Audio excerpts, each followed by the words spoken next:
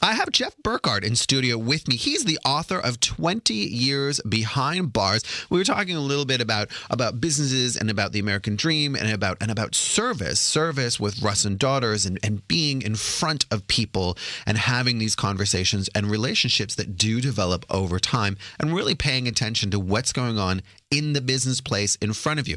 Jeff is the author of this great book. It's quite funny as well, and it includes recipes. And I want to welcome to the studio, Jeff. Welcome. Well, thank you for having me. I'm thrilled that you're here. And how did the concept for this book come up? Why did you decide to write it? Well, I had started out writing a column. I write a column for the Marin IJ and the San Jose Mercury News called Barfly, and it came as a logical extension of that column because the stories are kind of short, anecdotal stories.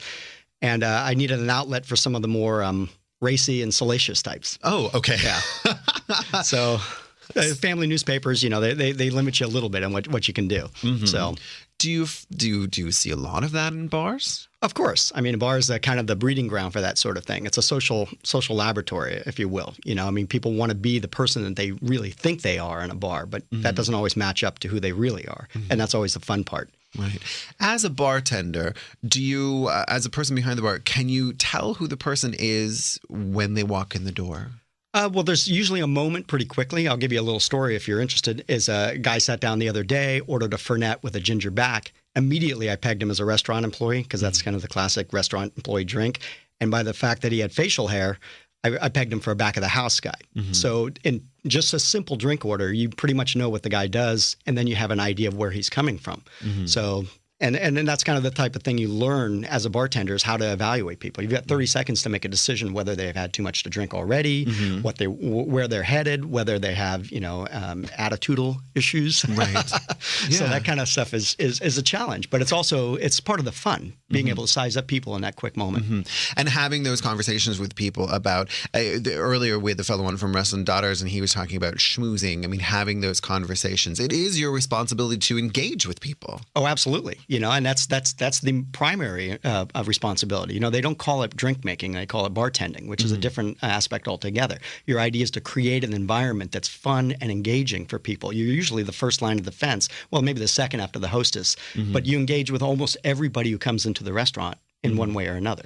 Well, that's a good point. If somebody shows up for their reservation early or their table isn't ready yet, which happens at restaurants all the time because it is a restaurant. I mean, they don't run on a time clock. Right. They hang out at the bar and they have to be entertained in some way, shape, or form. Absolutely. Generally people go to bars to have a good time. And so they're looking for a good time. And sometimes, but also you have to judge what kind of good time they want. Sometimes they want to be the life of the party. Sometimes they want you to be the life of the party. Sometimes they just don't want anyone to bother them. And all these types of things you have to determine very, very quickly. It's different than a dining environment where you sit at a table and they have lots of time the server has lots of time to slather on the guest. You don't really have that opportunity. You have a wall of people sometimes in front of you, and you've got to make very quick decisions about what to do and who to do it for, almost triage in a certain sense. When you speak about triage on a wall, what happens on a very, very busy night? What's the best way for a client to get the bartender's attention? Well, basically just raise your hand. The idea is the jockeying for position is always the classic one that really annoys most of the bartenders I know because they keep moving around. And bartenders have very good peripheral vision. We all have good peripheral vision. But the idea is it's inherent in our job because our job is to make drinks for people. And the more drinks we make, obviously, or the more clients we serve, the more money we make. So there's a vested interest in getting that done. So the idea is we can see you, right? But we might be doing something. And, we can acknowledge you, but don't just start blurting out an order. Wait, and we'll get over to you at the best opportunity. And so that's the best way. Just raise your finger. I mean, I can see that. I know what you're doing. And then we can engage when the time is appropriate. But don't snap your fingers. Do not snap your fingers. Right. That's a quick way to exit a bar.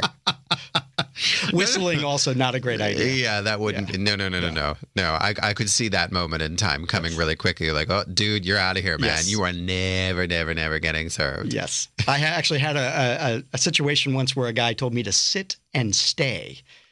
And he immediately exited the building. So, I mean, that was one of the few times there was an immediate ejection. Wow. And that would be rare. Yes, it's very unusual. People want to have a good time. I know my own work in the service industry and my own work behind a bar and in restaurants as well. I mean, that's what you want. You want people to have a good time. You want people to be comfortable, and you want people to, I don't know, be excited for being there and then eventually come back as well. I'm speaking with Jeff Burkhart. We're talking about 20 years behind bars. This is Jeff's new book. We're going to come back and ask him, is he a mixologist or is he a bartender? But I'll do that just ahead. And hey, welcome back to Dining Round. I'm Joel Riddell. I'm here with Jeff Burkhart. It's jeffburkhart.net. That's Jeff's website. And the book is 20 Years Behind Bars. It's great fun. It's the spirited adventures of a real bartender. And it's a great read. And it's interesting. And I want to come back and ask you a little bit about bar trends, about what's going on now, what's hot in a bar. Well, rye whiskey is probably the hottest thing. You hear a lot about it. It's a great product. There's a lot of premium producers making it, which makes it a little bit different than bourbon. Years past, when I first started bartending 25 years ago now, rye whiskey was something only old men drank. Okay. And now, with its resurgence, there's a lot more products available, and the products are generally much better. So they're quality products being made in a much better fashion, and as a result, people are enjoying them more. It's not just the rot gut from years past. Do people gravitate toward the larger brands or toward the sort of the specific smaller brands like a Charbet? Well, there's a variance. So there's people who are familiar with a brand name, say Michter's or Jim Beam or that nature. But the smaller producers are much better. Charbet being an excellent example. Their recently released hopped whiskey is great. Their Racer 5. It's made from Racer 5 beer, and most whiskey is made from a mash that's essentially unflavored beer to begin with. So theirs actually takes it one step further and allows the hops to go into it, and the hop notes really come through.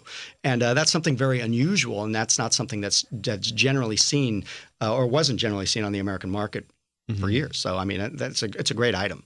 And as a bartender, do you suggest these items, or do people come in and ask for them? Well, people will ask, and you kind of feel around. Part of bartending is determining what the guest wants, not so much what you're doing, you know. And the idea is to figure out where they're kind of coming from. That's why, as a bartender, one of the hardest things is when someone says, "Oh, can you recommend something?" And you say, "Well, what do you normally like?" And they say, "Oh, I like everything," because of course that's not true. Right. And so it makes it much easier if you can narrow it down just a little bit.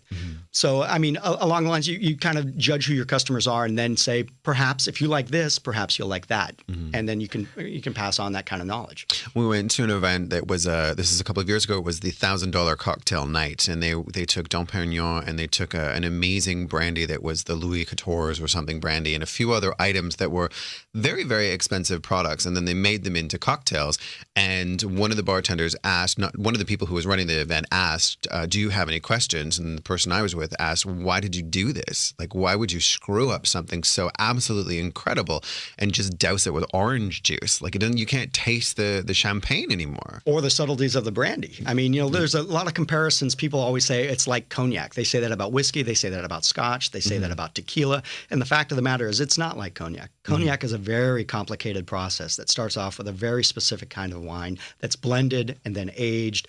And the proof is in the pudding. The idea is, you've heard the term acquired taste, right? And that's often applied to scotch or bourbon or rye or that type of thing. Cognac's not an acquired taste. The first time you try it, this is fantastic. And so that's something that's really separates it. Some of the processes are the same, but it's really quite a bit different as a product. Now, having said that, you know, it was funny, on my birthday, I made a Johnny Walker Blue Manhattan, and my friend was, "What are you doing?" Same sort of thing. That's crazy. It was phenomenal. It was one of the best. The combination of flavors was more important than just the specifics of the one ingredient. So you can do that. Some of it's a little bit much. I mean, putting the Louis XIII that you're talking about there and the Dom Perignon together, you know, you're probably going to lose all the subtlety of the Dom Perignon with the taste of the brandy. So that's a bit of a waste. And you've got to be careful when you do that you're just not masking one product with another. Right. And I think that at that moment in time, that issue, it was all about the wow factor of getting it. It's like getting, there's some water that has Swarovski crystals on it. Like, it's water. Why is it $500 a bottle? It's because there's hype surrounding it as well. And sometimes that's just the way it is when it comes to liquor or foods or these sorts of things. But Absolutely. Well, you know, when I started coming along in the restaurant business, it was at the height of the California cuisine sort of thing. And what I noticed that happened then was there were a lot of people just throwing things together that were unusual. So it was the most unusual pairing you could come up with, kind of became the de rigueur, the thing that they were doing. And you see that a lot in the cocktail industry now, where people are just making drinks that just don't make any sense, just for the wow factor, just for that shock value. And there's the shock value of the price, the $1,000 cocktail type thing, or the shock value of the ingredients, bacon and bourbon. Ooh, that's risky, right? It's actually not very good either, which is one of those things. But it creates a bit of a buzz sometimes in the press. And having working for a newspaper like I do, I'm aware of the power of the press. Yeah. So, well, and people do want to order what's going on next to them as well. Absolutely. I know that if you're if you're in a busy establishment, a busy bar, and things are going hot, and I know from my own experience, I'm like, okay, I've got to find something simple because the guy's busy and I want a cocktail. So it's going to be like a vodka and tonic, or I'll just have a beer, that kind of thing. Not any beer, but that one specifically. Right. Sorry, from the book. It's like, don't just order anything. Right. Or you're going to get the really, really expensive one. Well, I was going to say, you also don't live in Marin County, obviously, because some people don't share that attitude. Sometimes one of the things that happens in the bar business is it's as if the world stops for somebody, and they'll order the most ridiculously complicated drink, even though there's 35 people waiting. I had a woman push through the crowd the other day and ordered a bottle of wine and say, I'm sitting over there, pointing to her back 20 feet away from the bar. And I thought to myself, what am I supposed to do? Leave the bar with 40 or 50 people directly in front of me, carry that bottle over to your table and open it? I mean, that really is just not going to happen, But people, they have a different perception of that sort of thing. So, but it is true that the idea is you shouldn't be limited in what you want. I mean, that's part of bartending, but also if you know what you want, be specific about it, and that makes things a lot easier for both people. And it's also, again, with the bartender, it's providing an experience for the guest. It's not about the bartender; it's about the guest, right? And sometimes in this mixology trend, people tend to lose sight of that. Yeah, I did go to one restaurant, and it took me one bar, and it took forever for the person to make a drink, and they were lovely and sweet and into it. So this is not a criticism of that individual, but there were a number of us there, and all I could think of was, dude, don't tip that over. I couldn't handle waiting another 14 minutes for a cocktail. It's just can I just have a gin and tonic? Oh, yeah. It'll all be fine. But I mean, is that a trend now? I mean, the mixology is a trend. It is, but the fact of the matter is, if you wait, you're not going to go back there. Right. No, I haven't gone back there. And that's the fact of the matter is, people are much more interested in getting their drink in a timely fashion than to get the most ridiculously convoluted drink. But that also, the other thing about that is, then you get these people who correct you or tell you. I had a guy the other day went in and ordered Manhattan shaken, right? Which I like my Manhattan shaken. And there's a long history of a shaken Manhattan too. And he looks at me and he says, I don't shake my Manhattans. And I thought to myself, well, okay. And then I looked at him and I said, well, you're going to shake this one because that's how I would like to have it. And the idea is that it's not about him. It's about me as the guest in that instance. And it's okay if you want to explain why you don't do that or whatever. But the fact of the matter is if that's what I want, it's your job to provide it, right? From both sides of the bar. I'm talking with Jeff Burkhart, author of 20 Years Behind Bars. And this is the new book that's out. It's interesting. There are great stories. And important to mention, there are recipes. I mean, there are some recipes, if you're a person who likes to mix drinks at home, there are great recipes for those drinks. And sometimes it's just nice to find out what is in those drinks that you really, really like. And some of those drinks go along with different seasons and different personalities. I'll speak more with Jeff, and we'll do that just ahead. Hey, welcome back to Dining Around. I have Jeff Burkhart in studio with me. We're talking about his book, 20 Years Behind Bars. But we're also talking about being in a bar, being a patron, being a good bartender. The two sides of the coin are very important because it really is about the experience. You're having a good time. You're out with friends, or you're out with somebody who you love, or you're out with somebody you hate, and you want the dinner to end really, really quickly. You never know, but you get all sorts of people who come in. Oh, absolutely. I had an experience just the other night where it was a first date, and the first date ended with the one person screaming at the other person about oral sex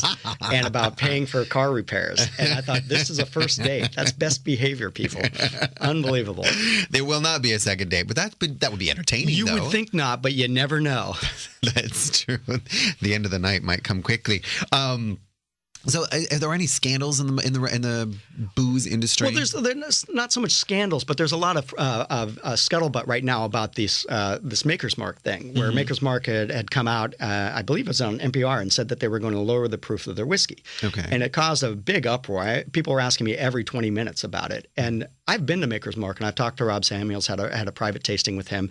And the facts of that equation don't quite add up because Maker's Mark's a 6-year-old product. Bourbon only needs to be 2 years. If they wanted to extend their product, they could lop a year off of it and no one would notice, and they'd have a whole year's worth of production of bourbon.